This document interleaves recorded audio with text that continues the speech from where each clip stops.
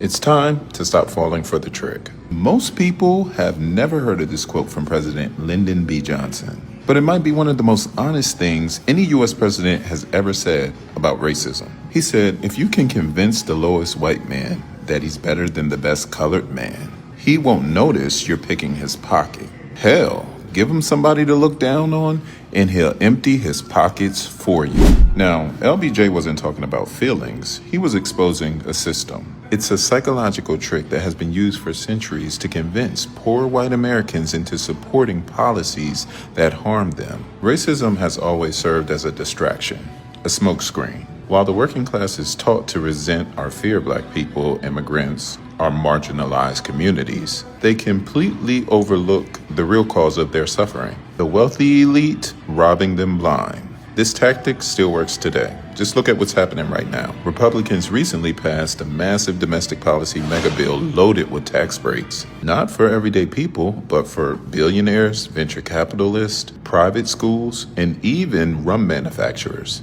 all while slashing social programs, blocking healthcare access, and attacking public education. But instead of demanding answers or change, many working class white Americans are being told that the problem is wokeness, DEI programs, immigration, or black history.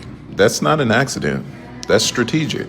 The goal is to keep people emotionally enraged and racially divided, so they never organize around their shared economic interest. That's the real con. Racism isn't just about hate, it's about control. And as long as people keep falling for it, they'll keep voting against their own future. Not because they're evil, though many of them are, but because they've been lied to. And think about it, the lie has been profitable for the people lying to them in broad daylight. So next time someone just tries to tell you that racism is just a cultural issue, just remember it's actually an economic tool used to divide the working class, destroy solidarity, and keep power in the hands of a few.